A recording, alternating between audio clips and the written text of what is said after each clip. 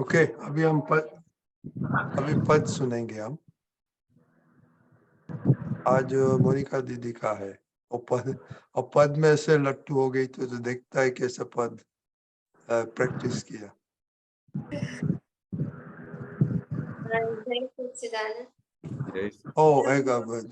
विधि दीदी पद हाँ, निकालना पड़ेगा। कौन सा पद है? आपको क्यों मालूम नहीं है? मैंने मैसेज किया अभी, मैं भूल गई थी पूछना। तो बोलो कौन सा पद है? यमुना जलमा केसर घोली स्नान करावो शामरिया। यमुना जलमा केसर घोली स्नान करावो शामरिया। हलवियाती अंखो छोड़ी लाड लड़ावो शामरिया। हलवे आती अंको छोड़ी लाड लड़ावो शामरिया। अंको नोची आपू वस्त्रो पीड़ा पीतांबर प्यार माँ। तेल सुगंधी ना की आप वाकड़िया तुझ बाड़ माँ। यमुना जलमा केसर घोली स्नान करावो शामरिया। कुमकुम केरो तिलक सजाओ त्रिकमता वाल माँ। हलबेलिया अंको मांझू आजन मारा वाल माँ। यमुना जलमा केसर घोली स्नान करावो शामरिया। हंसती गाओ वाटे गाटे नाची उठू ताल माँ। नजर न लागी श्याम सुदरनी टपकू कर जो गाल माँ। हलवी हाथी अंको चूड़ी लाड लड़ाऊ शामड़िया। जय सच्चिदानंद। जय सच्चिदानंद। पद आपने क्यों निकाला ऐसा? हाँ, जो करिश्मा ने बोला था इसलिए। ओह क्या बात है, करिश्मा का बोला था वो। ओके, तो आपको मालूम है यमुना का मीनिंग मालूम है? हाँ, वो एक नदी है। एक नदी है? नहीं, बहुत है? और नदी और है। और सामरिया कौन है? सामरिया पता नहीं। यमुना पता नहीं। में स्नान कौन करते थे? कौन सा सामरिया करते थे? भगवान। नहीं मालूम? नहीं। केशव दादा वो चामड़िया अपना कृष्ण भगवान की पूरी वर्णन किया है इसमें कि कैसे यमुना में वो स्नान करते थे, कैसे वो लाड़ प्यार से वो खेलते, किस तरह से वो उनकी पूरी महिमा थी, किस तरह से वो प्रेम स्वरूप बनते थे, किस तरह से गोपियां उनके पीछे दौड़ती थी, कितना उनका प्रिय प्रेम था। तो वो हर घड़ी उनके लिए शामड़िया मतलब अपने कृष्ण भगवान को पुकारती थी। तो उनके उनका हाव भाव, उनका प्रेम, उनके पीछे जो कृष्ण भगवान का जो अंदर का प्रेम स्वरूप थे, वो सबको ऐसा प्रेम स्वरूप थे कि सबको वो मुग्ध कर देते थे। तो ऐसे कृष्ण भगवान की वो कविराज ने महिमा गाई है, और किस तरह से वो नाचते थे, किस तरह से खेलते थे, किस तरह से वो अपने मैया को परेशान करते थे। तो ये शामर भगवान की, कृष्ण भगवान की पूरी महिमा इस पद में गाई है। ख्याल आया? हाँ। बढ़िया ना, तो ये तो बहुत बढ़िया पद है। ओके विधि दीदी, आपको कुछ इसमें जानने का है? नहीं, सब आता है? मतलब ये कृष्णा भगवान का उनके गुणगान गाते हैं और उनको कैसे उनका श्रृंगार करते हैं उसके बारे में। ये क्वेश्चन त्रिकम तारा भालमा मतलब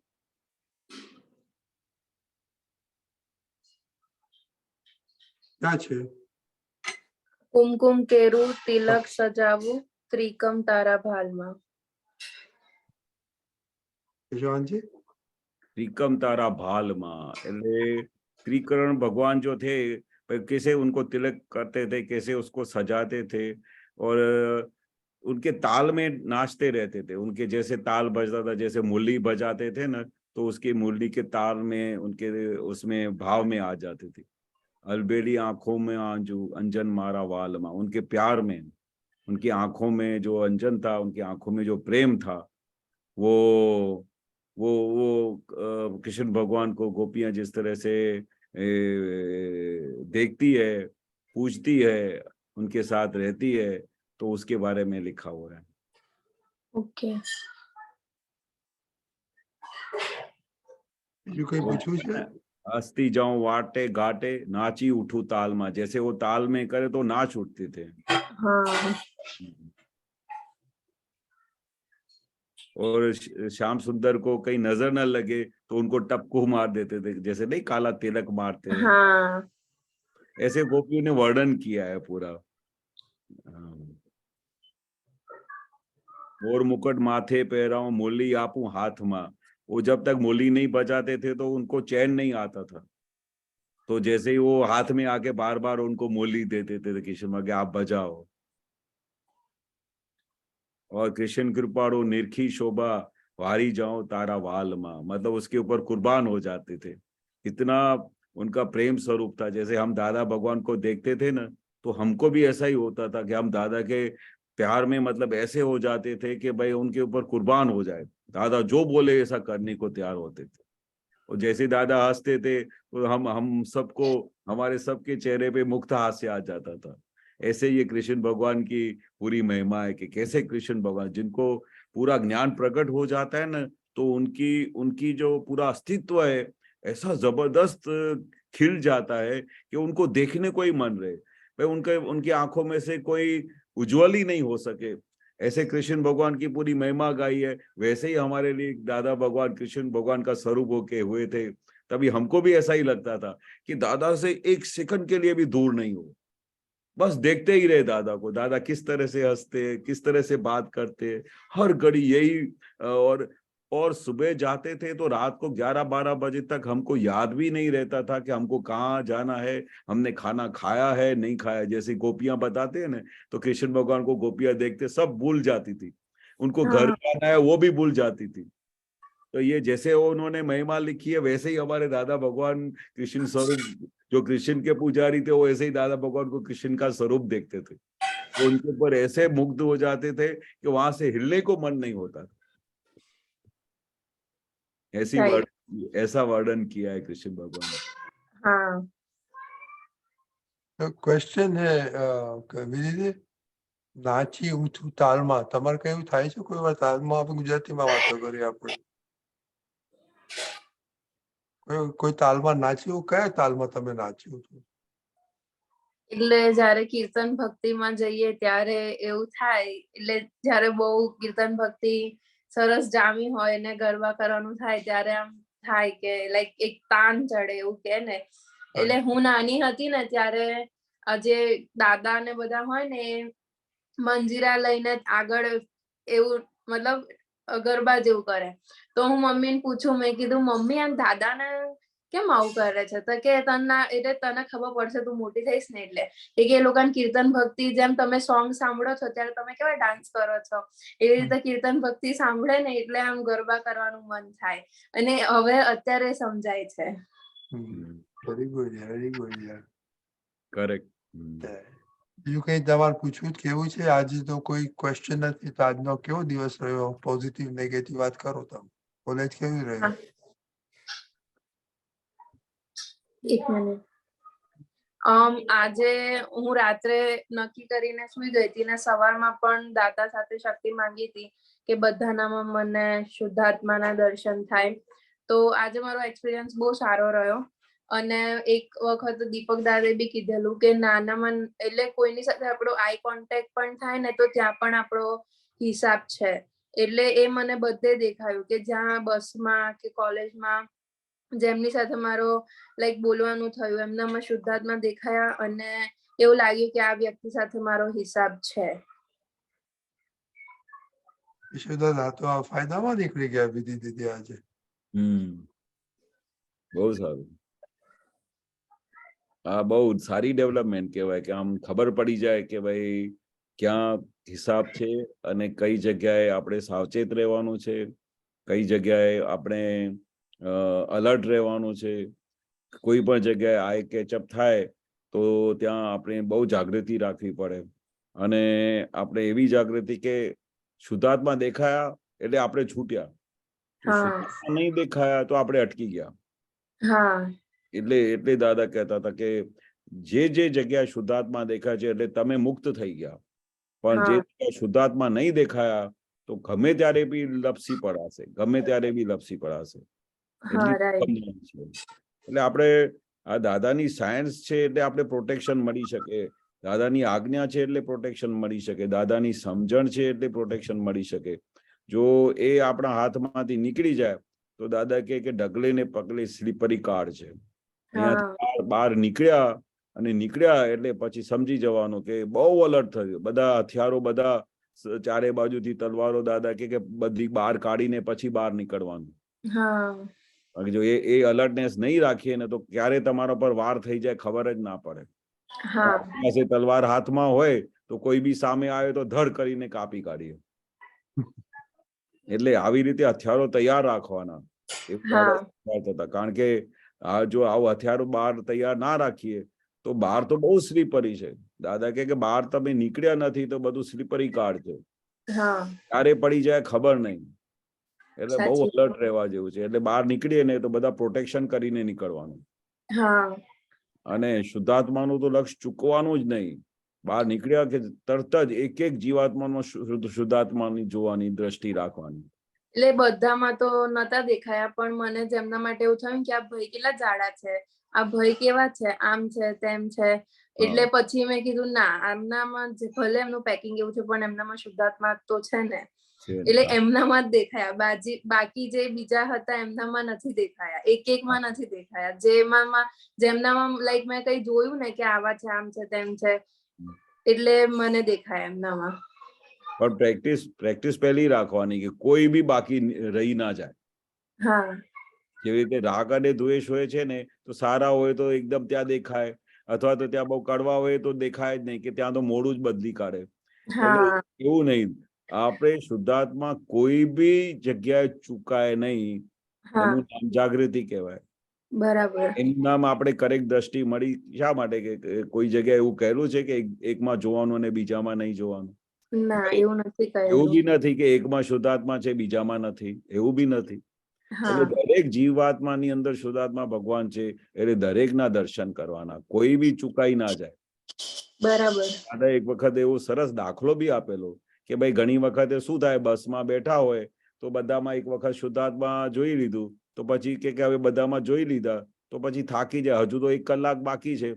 આપણે વડોદરાથી નીકળતા હતા તો અમદાવાદ પહોંચતા 2 કલાક લાગે. હવે 2 કલાકમાં અંદર બસમાં જે 20-25 જણા બેઠા હોય તો એમાં તો ફટફટ શુદ્ધાત્મા જોઈ લીધા. તો પછી દાદા કે પછી શું કરવાનું? દાદા કે ફરીથી શુદ્ધાત્મા જોવાનો, ફરી ફેરો મારી આવવાનો, ફરી ફેરો મારી આવવાનો. શા માટે? કારણ કે આપણી પ્રેક્ટિસ થયેલી નથી કેટલા ભાવથી. અને એક વખત જોઈ લે તો ઘણી વખતે ભૂલી જાય. એટલે વારે ઘડીએ દાદા કે છે કે અભ્યાસ કરવું પડે. અભ્યાસ આવી રીતે જ થાય. એક વખત જેવી રીતે આપણે કઈ સમ નહીં આવતું હોય મેથેમેટિક્સમાં તો આપણે કેટલી વખત કરીએ છીએ કે 4-5 વખત કરીએ ને તો પછી કાયમ માટે યાદ રહી જાય. એટલે એને પ્રેક્ટિસ કરવી કહેવાય. એવી રીતે દાદા પ્રેક્ટિસ કરાવતા હતા. કારણ કે અનાદિની ટેવ તો એવી છે કે આ કિરણબેન છે, આ ભાઈ છે, અમારા મામા છે, અમારા ફાધર છે, કેટલા ભાવથી આ દ્રષ્ટિ લઈને આવ્યા છે. આવી દ્રષ્ટિ પહેલી વખત અમને મળી છે શુદ્ધાત્મા જોવાની. એટલે ફર્સ્ટ ટાઈમ મળી છે તો હવે એને પ્રેક્ટિસ તો કરવી પડે, અભ્યાસ તો કરવું પડે ને. એને કહેતા હતા કે વારે ઘડીએ તમે રેલવે પ્લેટફોર્મ પર બેઠા હો ને તો કેટલા તો આમ જોયા કરે કે ટ્રેન ક્યારે આવશે, શું ટાઈમ થયો છે, પછી આમ કરીને મોબાઈલ પર વાત કરશે. એને ખબર જ નહીં પડશે કે 1 કલાક કેવી રીતે જતો રહ્યો રેલવે સ્ટેશન પર. એટલે દાદા શું કહેવા માંગતા હતા કે આપણે 1 સેકન્ડ પણ વ્યર્થ ના જવું જોઈએ, 1 સેકન્ડ પણ ઉપયોગ વગર ના જવું જોઈએ. જો ત્યાં તમારે શુદ્ધાત્મા નથી દેખાતા તો ત્યારે તમે અંદર જતા રહો, પણ તમે સ્વની અંદર જતા રહો, એને સ્વની રમણતામાં જાઓ, હું શુદ્ધાત્મા છું એમાં જતા રહો. પણ આપણે શું છે, પ્રેક્ટિસ પડેલી છે ટાઈમ વેસ્ટ કરવાની, હા સાચી વાત. પ્રેક્ટિસ એવું પડેલી છે થાય કેટલા ભાવની. એટલે એ પ્રેક્ટિસને તોડવા માટે દાદા કહેતા હતા કે અભ્યાસ કરો આવી હા રીતે. હવે એક વખત આપણે બધામાં શુદ્ધાત્મા જોઈ આવ્યા તો દાદા શું કહે છે, ફરી રાઉન્ડ મારો, હમ ફરી રાઉન્ડ મારો, ફરી રાઉન્ડ મારો. એટલે એમ કરતા કરતા પ્રેક્ટિસ પડી જાય કે મારે શુદ્ધાત્મા ક્યાંય ચૂકવાનું નથી. બરાબર. એટલે જ્ઞાની પુરુષે કઈ તો જોયું હશે ને કે ફરી જોઈ આવો શુદ્ધાત્મા, હા ફરી જોઈ આવો શુદ્ધાત્મા. આવું કેમ કહેતા હશે? એટલે બધાની, અમારા બધાની પ્રકૃતિ દાદા ઓળખતા હતા કે આપણી બધાની પ્રકૃતિ કેવી છે સાચી વાત. અને આપણે બધા કેવા છે કે મનના કયા પ્રમાણે કરે. હવે તો જોઈ લીધું શુદ્ધાત્મા, હવે ફરીથી શું જોવાનું એમાં? પછી એવું બી બુદ્ધિ કે, પણ હા જ્ઞાની પુરુષ શું કહે છે, ફરી જોઈ આવો શુદ્ધાત્મા. બોલો, જેથી કરીને આપણું ધીરે ધીરે ધીરે અભ્યાસ એવી રીતે થઈ જાય કે આપણે કેવું ના પડે કે શુદ્ધાત્મા જુઓ, સહજ રીતે જ દેખાયા કરે દરેક જીવ માત્રમાં.